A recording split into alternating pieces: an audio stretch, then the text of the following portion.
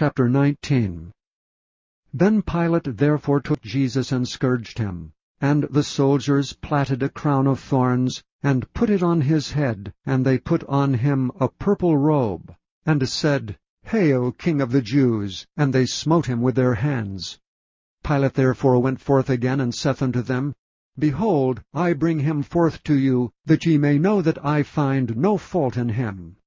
Then came Jesus forth, wearing the crown of thorns and the purple robe, and Pilate saith unto them, Behold the man! When the chief priests therefore and officers saw him, they cried out, saying, Crucify him! Crucify him! Pilate saith unto them, Take ye him and crucify him, for I find no fault in him. The Jews answered him, We have a law, and by our law he ought to die, because he made himself the Son of God.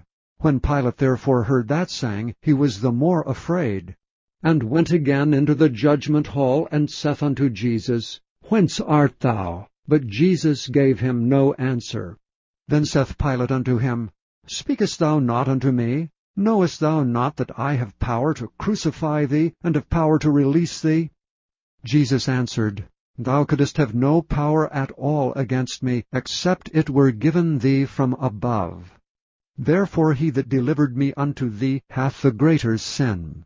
And from thenceforth Pilate sought to release him.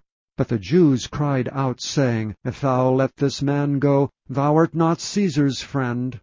Whosoever maketh himself a king speaketh against Caesar. When Pilate therefore heard that saying, he brought Jesus forth and sat down in the judgment seat in a place that is called the Pavement, but in Hebrew Gabbatha. And it was the preparation of the Passover, and about the 6th hour. And he saith unto the Jews, Behold your king! But they cried out, Away with him! Away with him! Crucify him! Pilate saith unto them, Shall I crucify your king? The chief priests answered, We have no king but Caesar.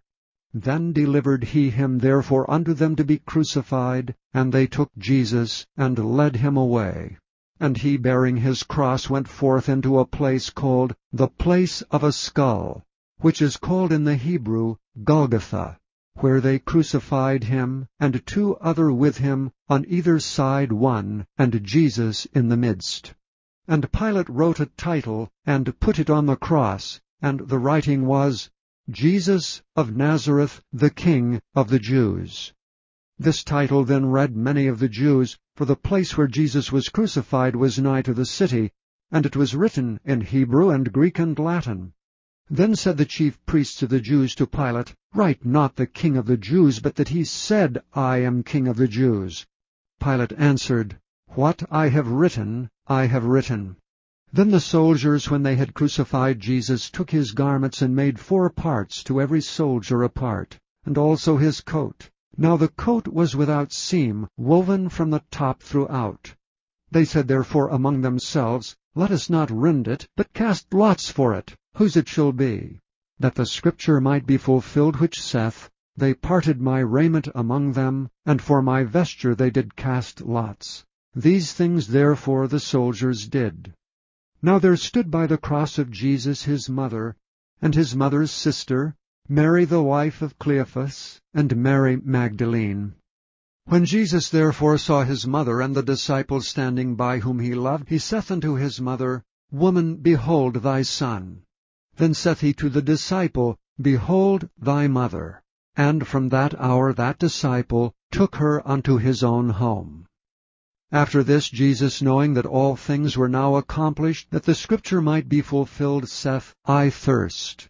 Now there was set a vessel full of vinegar, and they filled a sponge with vinegar, and put it upon hyssop, and put it to his mouth. When Jesus therefore had received the vinegar, he said, It is finished. And he bowed his head, and gave up the ghost. The Jews therefore, because it was the preparation, that the bodies should not remain upon the cross on the Sabbath day, for that Sabbath day was an high day, besought Pilate that their legs might be broken, and that they might be taken away. Then came the soldiers, and brake the legs of the first and of the other which was crucified with him.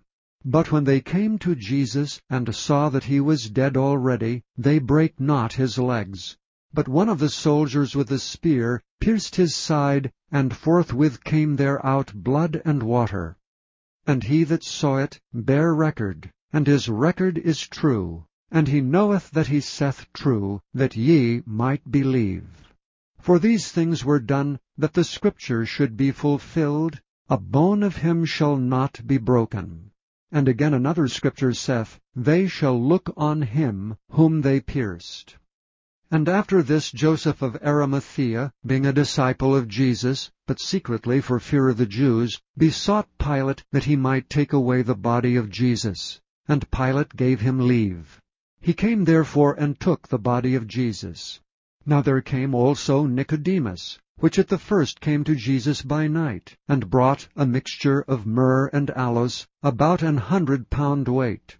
Then took they the body of Jesus, and wound it in linen clothes with the spices, as the manner of the Jews is to bury. Now in the place where he was crucified there was a garden, and in the garden a new sepulchre, wherein was never man yet laid. There laid they Jesus therefore, because of the Jews' preparation day, for the sepulchre was nigh at hand.